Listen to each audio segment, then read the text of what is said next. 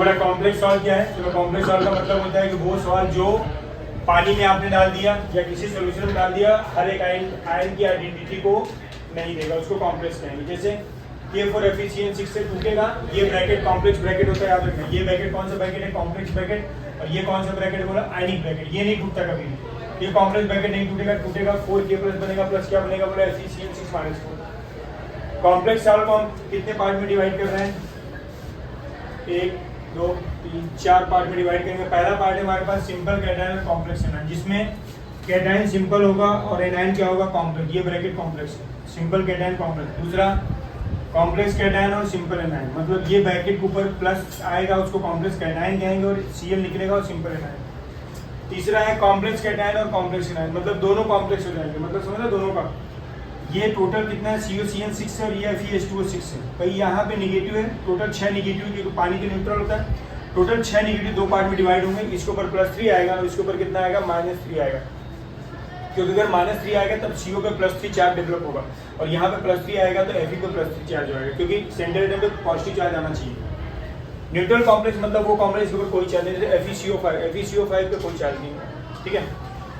Complex compound में दो बातें समझनी पड़ेंगी आपको। एक वर्नर थ्योरी होती है। वर्नर थ्योरी क्या है कि एक साइंटिस्ट है वर्नर, उसने बताया कि अगर उसने प्राइमरी वैलेंसी और सेकेंडरी वैलेंसी के बारे में इंफॉर्मेशन दिया। प्राइमरी वैलेंसी का मतलब होता है कि वो जिस पे जो चार्ज होता है सेंटर एटम, उसको प्राइमरी वैलेंसी कहते हैं। ऑब्जेक्शन नंबर मतलब सेंटर एटम का मतलब चार्ज वाला ऑब्जेक्शन नंबर, और सेकेंडरी वैलेंसी मतलब क्या होता है? बोलो कोऑर्डिनेशन नंबर। कोऑर्डिनेशन नंबर का मतलब होता है कि नंबर ऑफ लोन पेयर, देखो ये सेंटर एटम लोन पेयर ले रहे हैं लिगेंड से, number of lone pair taken by centre atom when they combine with the ligand. Ligand क्या होता है भाई? लिगेंड मतलब लुईस बेस होते हैं जो अपना लोन पेयर सेंटर एटम को देते हैं, उसको हम लिगेंड कहते हैं, ठीक है। ये बेटा एक कॉम्प्लेक्स का स्ट्रक्चर बना दे रहा हूं मैं। जैसे मैंने बनाया K3FeCN6 स्ट्रक्चर बनाया। Fe सेंटर में होता है, Fe पे चार्ज देख लो, पोटेशियम +1 होता है, जितने एल्किली मेटल हमेशा +1 होते हैं। FeX से उसको निकालना है, Cn पे -1 होता है, कितनी Cn है? 6। +3 + x - 6 = 0, x = +3। Fe पे +3 चार्ज आएगा। Fe सेंटर एटम है, उसके बाद d ऑर्बिटल होता है, जानते हो, इसीलिए d ब्लॉक एलिमेंट आप यूज करोगे, उनका d ऑर्बिटल होता है। d ऑर्बिटल होगा तो ढेर सारे इलेक्ट्रॉन ले सकते हो, ठीक है। तो Fe पे +3 चार्जेस Cn आएंगे बेटा, सभी Cn क्या करें? Cn में कार्बन पे नेगेटिव होता है, ये अपना लोन पेयर इसको देगा 6 Cn। आप ये सोचो कि 7 Cn क्यों नहीं हो, 8 Cn क्यों नहीं?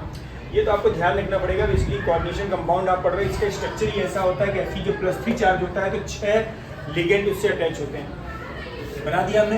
अब पोटेशियम यहाँ से निकलेगी, पोटेशियम डॉटेड होती है, आयनिक बॉन्ड को डॉटेड लाइन से दिखाते हैं। ये बॉन्ड कौन सा है? कोऑर्डिनेट बॉन्ड है। और डॉटेड कौन सा है? आयनिक बॉन्ड है। ये Fe पे +3 चार्ज है, पूरा ब्रैकेट दिखा रहे हैं। ये ब्रैकेट याद रखना कॉम्प्लेक्स ब्रैकेट होता है। ये कौन सा ब्रैकेट बोला? आयनिक ब्रैकेट। आयनिक ब्रैकेट को यहाँ पे हमने डॉटेड लाइन से दिखाया हुआ है, ठीक है। लिगेंड लुईस बेस हो गया, जिसने लोन पेयर इलेक्ट्रॉन सेंटर को एटम को दिया, ठीक है। तो कोऑर्डिनेशन नंबर एक बार ध्यान रखना इंपॉर्टेंट है। Number of lone pair taken by centre atom when they combine with the ligand, उसको हम लोग क्या कहते हैं बोलो? Coordination number.